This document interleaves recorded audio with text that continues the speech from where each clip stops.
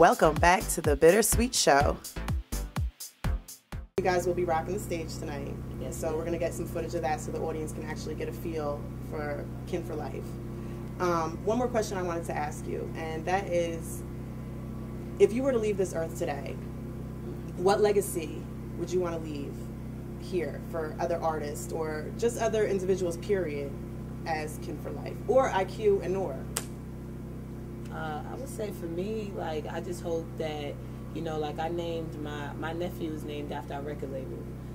His name is Norik. Wow. I want his name to mean something. He's 6 right now. He thinks he owns the record label, you know. So I want to get, like, when he gets old enough to understand what it is that he knows where his name came from, and that our fans see that we weren't afraid to be ourselves and to, like, break down doors and obstacles within our community and outside our community. We've got hit from all angles, and just don't be afraid to be yourself, because, you know, if they don't love you for who you are, they don't really love you anyway. Exactly. I concur with that statement, and just to add to it, you know, my main focus in life before I leave this earth is to affect young people, because so many of our youth are being ignored, you know what I mean? And, you know, as an artist, you got to use whatever level of celebrity that you have to affect the young people around you.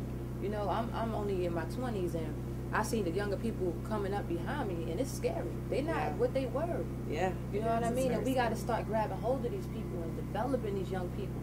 Right. And letting them know, like, look, you can live your dreams no matter what you want to do. And starting to instilling these things in kids. Because, you know, when you're young, your mother asks you what you want to be. I want to be a doctor, a lawyer. You ask a kid that now, they don't know. Right. And it's sad.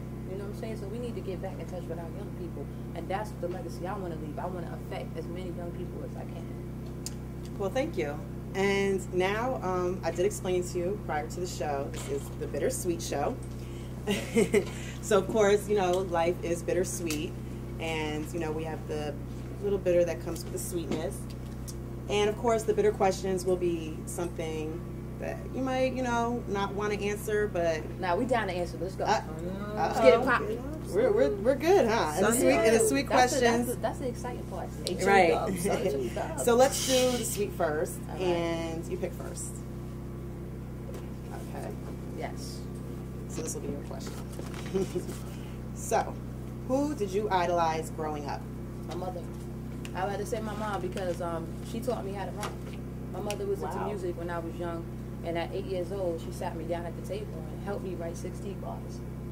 Wow. You know what I'm saying? She was my biggest inspiration. I used to go to all her shows. I used to go to the studio with her. I helped produce for her when I was like 11, 12, and yeah, like standing over her back, like, yeah, Ma, hit this note right here, singing background for her. That's hot. Yeah, she's the reason why I do music. That is hot. My mother.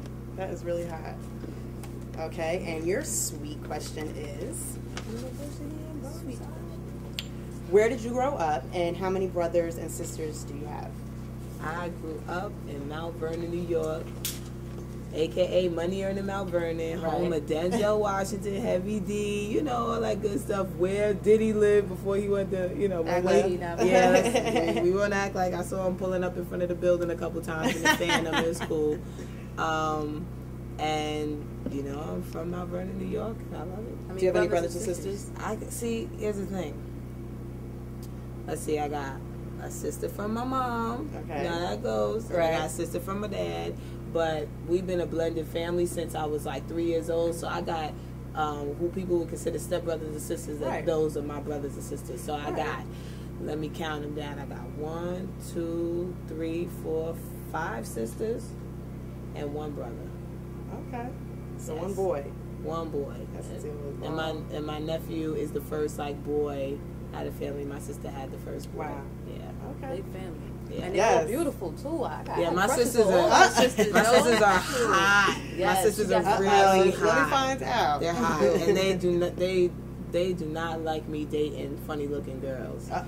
They get really mad. They're like, your sisters are too hot for you to date a funny looking girl. Straight up. But does anybody though? You know, sometimes you bring that one person home, and They you know your give mother them pulls the you to the side, and they're business. like, I guess you're into personality. You know, my mom tried to keep it cute, like. She would just come out straight and say, like, I guess you're into the way they dress. But they're really rude about it, though, right? Our family is very blunt. Oh, wow. Sisters are Well, that's really good. Good about it. Honesty is the best policy. That's right. So, on to the bitter question. We'll let you pick first this time. I'm feeling this one. Okay. This one is yours. Spicy. Okay. Have you ever had your heart broken? And if so, what was their name? Oh, the name. I'm sorry, it's the Bittersweet Show. I mean, Shout them out. if you want to just say a nickname, you Shout them out. can. Or, Wow. but I'm assuming you have had your heart broken, though. I've been a lesbian for a long time. I had my heart broken by my first love over and over again because we just forever and a day just keep getting back together over and over again. That's what's So up. she breaks my heart tons of times. Okay. You must enjoy it. Right. Love Kissed it. And your bitter question is, I'm nervous. dun, dun, dun, dun. What is the one thing that the other one does to get on your nerves? The other one? This What? guy? Yes.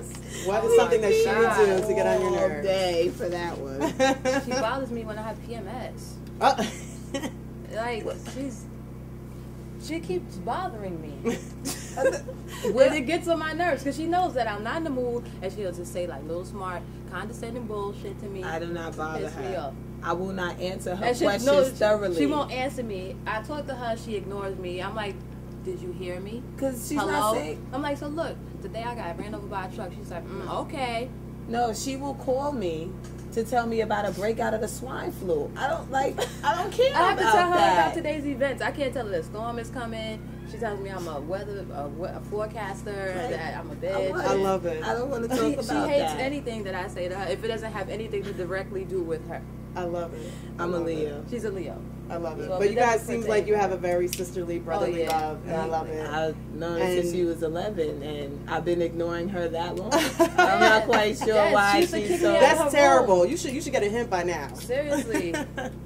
Maybe Well, I'm masochistic, That was a right? perfect question. Foul. Wow. She's foul.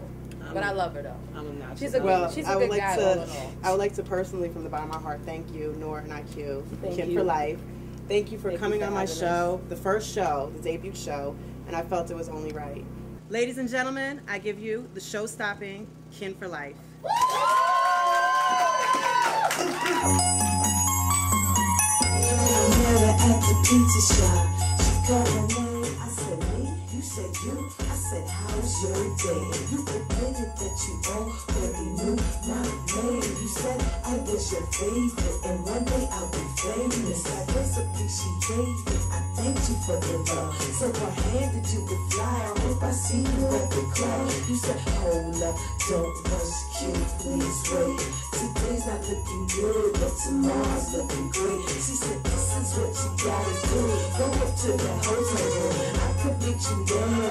It would be so rare to run into espresso with the stage right here. I said, damn, okay. Write your number down, maybe later we could play. I'm like, man, she forward. Times done changed, looking good in the street. And the ladies know my name, IQ. But I'm humble in the game, I do. I'm getting some ass. I'm getting some ass. I'm getting some ass. I'm getting some ass. Tomorrow.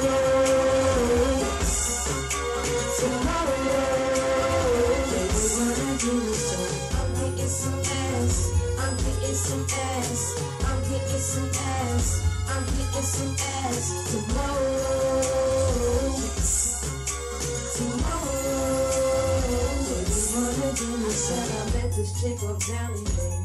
Told her I put her on my bed and on my back and thing. She said that's poppin', but tonight I'm going out of town. But tomorrow, girl, I promise we can get it down. And I'm just hoping she ain't playing, cause I'm ready, babe. We can go from second to third base. A home runner have you screaming my name. So if you want it, leave your number on my face. Hey, and I ain't frontin', got what you wantin'. Baby, I can make you hotter than the oven. I'll have you soaking, no, I ain't joking. When you know I have you turned out, girl, you so open. So baby, chill, you know the deal. We can get up on a Newton Sweet, and that is so for real.